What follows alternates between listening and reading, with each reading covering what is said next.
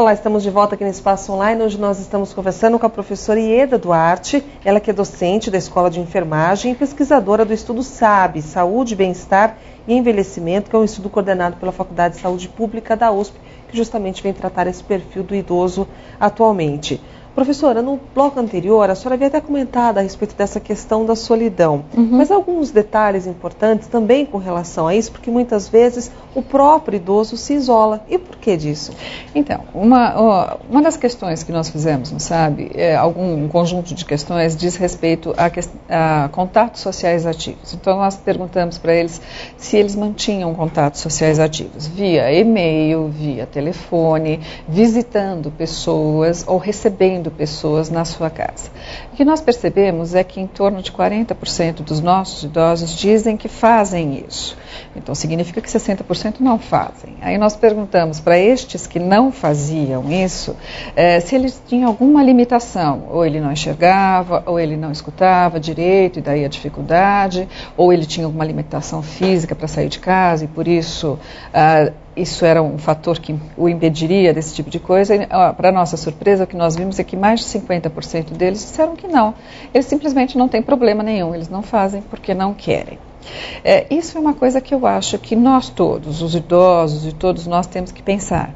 A nossa rede de apoio, a nossa rede de suporte social, conforme nós vamos envelhecendo, ela precisa ser alimentada. Então, se eu não respondo a um telefonema de um amigo, ou se eu não visito um amigo que me visitou anteriormente, eu vou perdendo este contato. Então, conforme eu vou envelhecendo, os meus contatos vão ficando cada vez mais restritos a um núcleo familiar cada vez menor. Então eu chego num determinado momento que eu me sinto sozinho porque eu perdi o contato com todas as pessoas que foram significativas na minha vida. Então essa questão da manutenção da rede de suporte é alguma coisa que tem que chamar a atenção das pessoas e deve ser feita durante toda a vida, principalmente conforme eu for envelhecendo. Muito importante, inclusive. Professora, nós somos as ruas da cidade e trouxemos algumas perguntas, algumas questões da população a respeito deste tema. Vamos acompanhar então a primeira pergunta? Eu estou com 50 anos, né? O que eu devo fazer para me preparar para a terceira idade? Interessante, muita gente já preocupada. Acho que talvez a primeira coisa que a gente deva lembrar é que eu não vou ficar velha aos 60 anos, né? Eu não durmo com 59 anos e ao acordar aos 60 aconteceu alguma coisa de fantástico e eu fiquei velho de repente. Eu vou ficando velho durante a vida. Existem diferentes teorias, tem algumas teorias que falam que você começa a envelhecer desde que nasce, outras falam que você envelhece a partir do momento que você atinge a maturidade, isso é em torno de 20 anos de idade. Então, nossa, bem mais cedo do que a gente imagina. Então, assim, na verdade, desde a hora que você atinge a maturidade até a hora que você morre, você passa todo esse período envelhecendo. E a melhor maneira que eu tenho para envelhecer é a melhor maneira que eu lido no transcorrer da minha vida. Então não adianta eu gastar todo o meu potencial quando eu sou jovem, faço tudo porque sou mais dinâmica, etc. e acho que vou descansar quando ficar velho. Até porque você não vai querer descansar quando ficar velho. Então, assim, existem muitas pesquisas hoje mostrando que melhor estilo de vida, ou seja, menos álcool, menos cigarro, mais atividade física, mais contatos sociais ativos, fazem diferença numa boa qualidade de vida. O ano passado veio ao Brasil um pesquisador do Japão que estuda os idosos muito longevos, que é onde nós temos mais idosos longevos no mundo.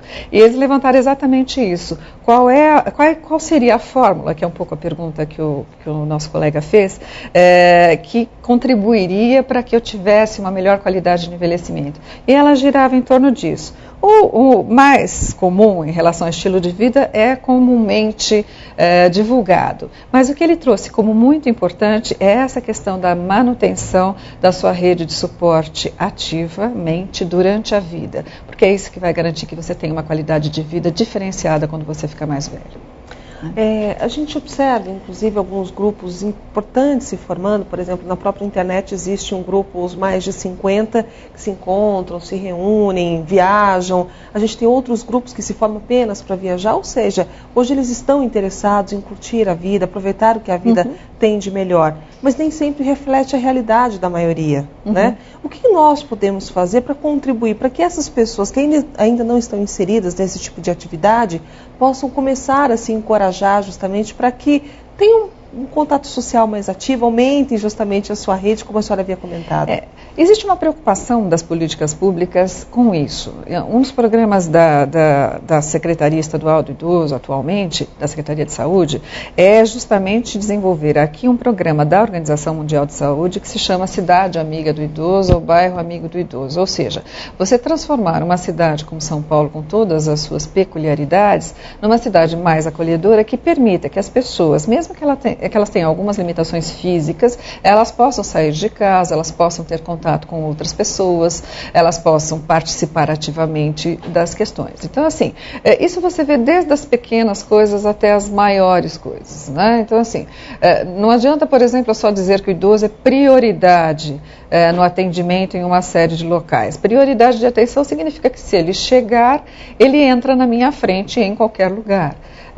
E não que eu tenha que ter uma fila de banco específica para esse idoso. Então, a sociedade tem que entender que ela convive com pessoas idosas e que as pessoas idosas serão essas pessoas amanhã. Agora, os idosos também têm que entender que tem que partir deles essa iniciativa de continuar participando ativamente da sociedade e não se isolar. Existe uma troca recíproca entre os dois lados. Por um lado eu tenho que ser mais acolhedor e por outro lado eu tenho que ser mais ativo. É só a junção dessas duas coisas que vai garantir o envelhecimento de melhor qualidade na nossa sociedade. Mas esse novo perfil, né, que é o qual nós estamos tendo contato, desse idoso mais ativo, que faz faculdade, que viaja, que tem uma liberdade que às vezes até não tinha quando era mais moço, é um tipo de realidade que pode influenciar de que forma essas gerações que estão vindo e que vão envelhecer? Eu acho que a principal contribuição é justamente a troca de valores. Nós vivemos numa sociedade hoje que ela tem diferentes valores convivendo, nem sempre harmonicamente, mas convivendo ao mesmo tempo. Então, por exemplo, as gerações, como você citou, a geração que hoje tem 50, 60 anos, ela vem de uma determinada época com um conjunto de valores. E convive hoje com valores muito diferentes. Da mesma forma, as pessoas de 60, 70, 80, 90 anos. O que se precisa é que eu consiga fazer essa troca entre as diferentes gerações com o menor preconceito. Há uma preocupação da mídia em fazer isso, né? Algumas novelas tiveram essa preocupação de colocar essas discussões de diferentes valores ao mesmo tempo, como é que se convive com isso. Então isso é salutar, a hora que eu consigo fazer essa troca. Recentemente teve um programa uma instituição pública, uma instituição aqui de São Paulo, que trabalhou justamente essa questão do idoso mais digital. Né? Essa é uma dificuldade dos idosos. Menos de 10% da nossa população idosa acessa recursos digitais, principalmente o computador, internet, etc. Então, esse serviço estimulava os seus jovens, assim, os jovens poderiam usar os seus computadores de uso livre, sem pagamento nenhum, mas ele ganharia um bônus se ele ensinasse um idoso a utilizar um computador. Então, aí os jovens passaram a caçar os idosos para ensiná-los a usar o computador, porque daí eles ganhariam este bônus. Isso que começou com uma iniciativa meio ingênua, não necessariamente com esse objetivo, funcionou muito bem em termos de trocas intergeracionais, porque na hora que você coloca um adolescente ao lado de um idoso que ele não conhece, e daí não tem qualquer problema familiar associado, etc., e você começa a trocar informações e valores, ambos aprendem. O idoso aprendeu a mexer no computador, e o jovem aprendeu a ter contato com uma população que ele não conhecia, com valores que ele não conhecia. Então foi enriquecedor para ambos os lados. Eu acho que iniciativas deste tipo, elas devem ser estimuladas.